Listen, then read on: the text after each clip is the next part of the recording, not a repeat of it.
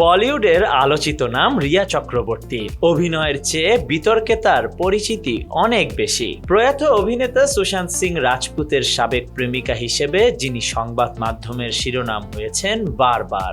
সুশান্তের মৃত্যুর মামলায় নাম জড়িয়েছে এবং মাদক মামলায় জেল খেটে রিয়া যেন বিতর্কের সঙ্গী। কিন্তু এবার নতুন এক সমস্যার মুখোমুখি হয়েছেন তিনি।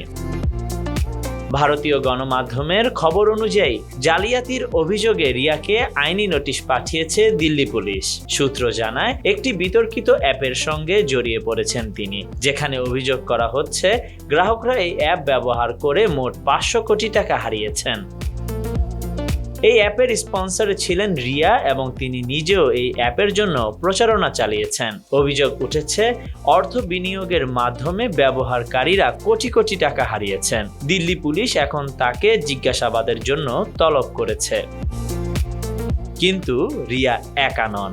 এই অ্যাপের প্রচার করে বিপাকে পড়েছেন কৌতুক শিল্পী ভারতী সিং এবং ইনফ্লুয়েন্সার এলভিস যাদবও। তাদেরও পুলিশ জিজ্ঞাসাবাদ করছে। অসংখ্য ব্যবহারকারীর অভিযোগের পরিপ্রেক্ষিতে পুলিশ এ পদক্ষেপ নিয়েছে।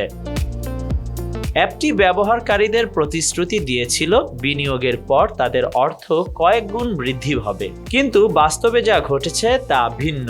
বরং কোটি কোটি টাকা হারিয়ে বিপাকে পড়েছেন তারা। এর আগে সুশান্ত সিং রাজপুতের মৃত্যুর পর বিতর্কে জড়িয়ে পড়েছিলেন রিয়া। আত্মহত্যায় প্ররোচনা দেওয়ার অভিযোগ ছিল তার বিরুদ্ধে এবং মাদক যোগে গ্রেফতারও হয়েছিলেন তিনি। বেশ কিছুদিন কারাবাসে থাকার পর বিনোদন জগৎ থেকে কিছুটা দূরে ছিলেন, তবে এখন তিনি নতুন করে ফিরে আসছেন। সম্প্রতি শুরু করেছেন নিজের podcast. Khandaker Ishtiaque, news now 24।